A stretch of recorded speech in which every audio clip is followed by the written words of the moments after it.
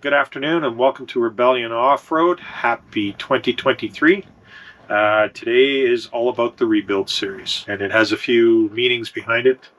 Recently, one of our dogs had to be put down, as our last episode stated, and we left a big empty hole in our hearts. And what do you think, Cole? Yeah, it's tough to say goodbye to them. They're they're a part of your family, like Paul said, and she was with us for 15 years. So, but we do have some somewhat exciting news. And keep in mind, we're not replacing; we're filling a hole that she left. My daughter suffers with anxiety and depression. And she used Allie as a means of support. Companion. And a companion. And she was a companion for many, many years for my daughter. So losing her was detrimental. So we decided to, I think it was you, like you're, frightened at the thought of Mandy not having that companionship. So with that all said, we would like to introduce you to the latest little member of Rebellion Off-Road. Yeah. Okay, so this is little Bentley. He is a 9-week-old purebred golden retriever. We purchased them from a wonderful family, very loving family. And he's our latest addition. And you'll see him, I'm sure, plenty of times on Rebellion Off-Road. He's a hellion. He's the hellion out of Rebellion. Going to make a wonderful addition to our family. He's brought us a whole lot of laughs since we've had him, and I'm sure has brought Mandy quite a bit of joy too.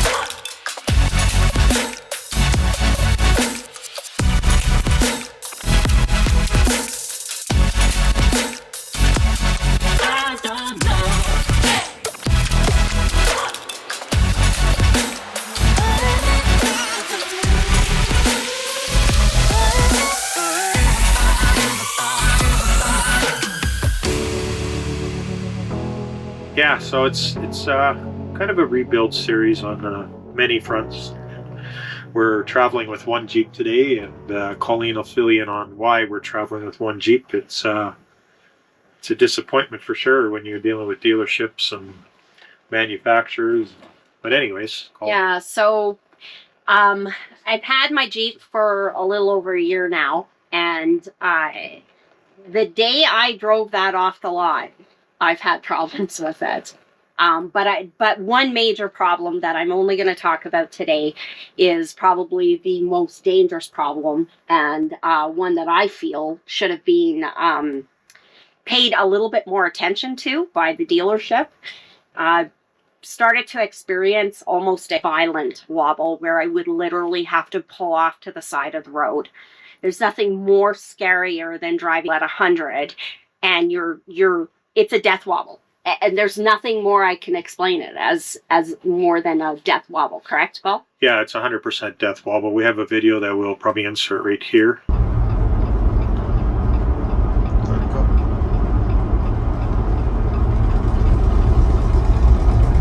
Holy shit. this. It's death wobble. And I'll show you. If you don't arm yourself, I think, with the facts, and you can bring in many things to the dealer, and they only have a book that they go off of and some experience. But what I find is, unless you actually have proof of exactly what you're going through, that's the only way you're going to move forward on some of the things that you have to take in for warranty. I don't blame the service people as much as they all know what the issues are, but they have to follow what the manufacturer or the dealership has instructed them to do. And obviously the dealership doesn't want to say, let's go replace everybody's steering dampener when, maybe it's not. But we found out how many, there was like 50,000 back ordered of these steering dampeners. And it's disappointing for me as a consumer. We've purchased 4 vehicles from this particular dealership in the past few years. And my latest purchase was my 21 Jeep. And I feel like they were just pushing me away. I had come to them 5 times explaining to them, my concerns about this wobble. And I finally just went to Paul and just said, they're not listening to me. Paul finally phoned the dealership and told him that this was going to get fixed no matter what. And whether it was fixed by them or fixed by someone else and billed back to them, it was going to get fixed. So we went to the dealership, and I'm not going to say anything bad about the service people because they have been pretty decent to us. And this one particular service manager was pretty decent. He listened. Paul decided to take a ride with me, and he armed himself with his iPhone and videotaped it, and he brought it to the service manager and showed him. The service manager knew exactly what it was as soon as he saw the video. I'm thinking that they probably wouldn't have said much. Once again, we have an appointment with them this week coming up, and I'm sure they would have pushed it off again, that they didn't find anything or hear anything. But we had videos from our last episode where I heard a squeal, which is separate from what we're dealing with now.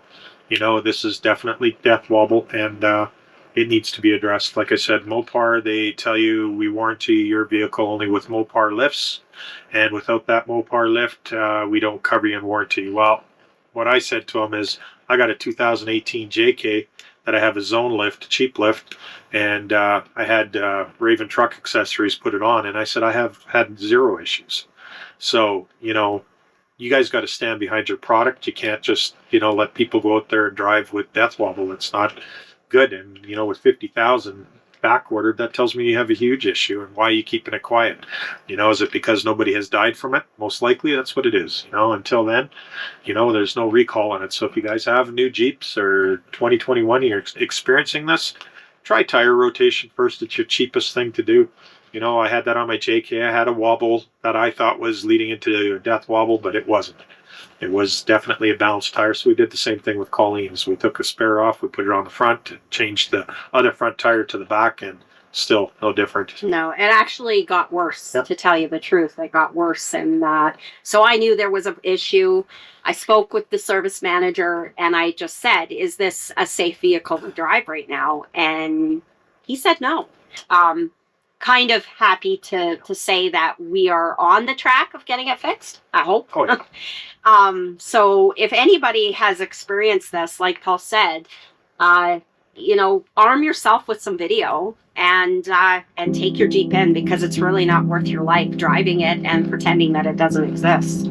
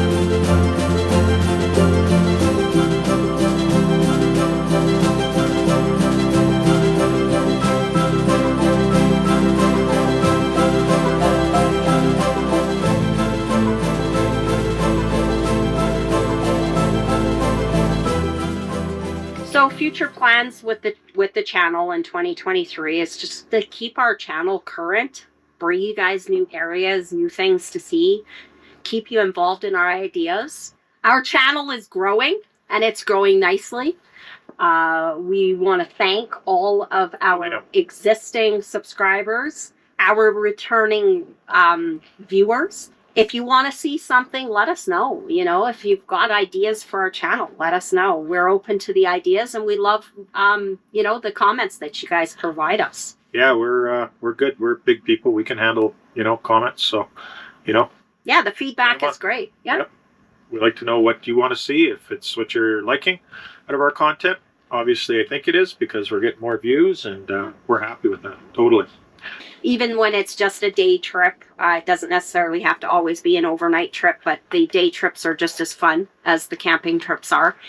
Gotta have everything, you know. Yeah, a good combination of everything, and that's what we want to provide to our viewers and to our subscribers. Not going to be rebuilding my Jeep anytime soon, like all the other guys are doing out there. I wish I could, but obviously don't have the money for that, and I don't need 1,000 horsepower in my Jeep. So no, I Paul's Jeep is a very nice Jeep, and he's had very little problems with it. And then nothing to say about my Jeep. I might look at a future suspension, a TerraFlex lift for it. Go a little bit bigger tires. Maybe we might be looking at that down the road. But for now, we're happy. We're happy. Good. You know, I mean, we go places that a lot of people don't go. You know, we do see crowds out here, but we're not stopped by anything that we have on our Jeeps. We go out like all the rest, and we have fun. We have a blast, and we don't need anything else right now. So rebuilds of the actual Jeeps themselves, you know, I'm not looking at that either, other than the 37s or the 40s. Right? Not 40s. It'll be 37. Looking for a rack for my Jeep. Yeah. Definite rack for my Jeep. Two-door Jeeps are very small inside. I've actually permanently removed my seat. I haven't returned it back into my Jeep, so packing up my Jeep is a little bit difficult and would be much easier if I had a rack on my Jeep. Yeah, put more stuff up top there. Yeah. In closing, we'd like to thank you for coming along once again. This is just a short little video on our rebuild series. We'll probably be heading out here soon again. Yep, to do some camping. Yeah, once Colleens' Jeep's up and running again. Yeah, I don't like traveling without my Jeep. Yeah, I'm not a good passenger. Yeah. All right, guys. We'll see you on the next one.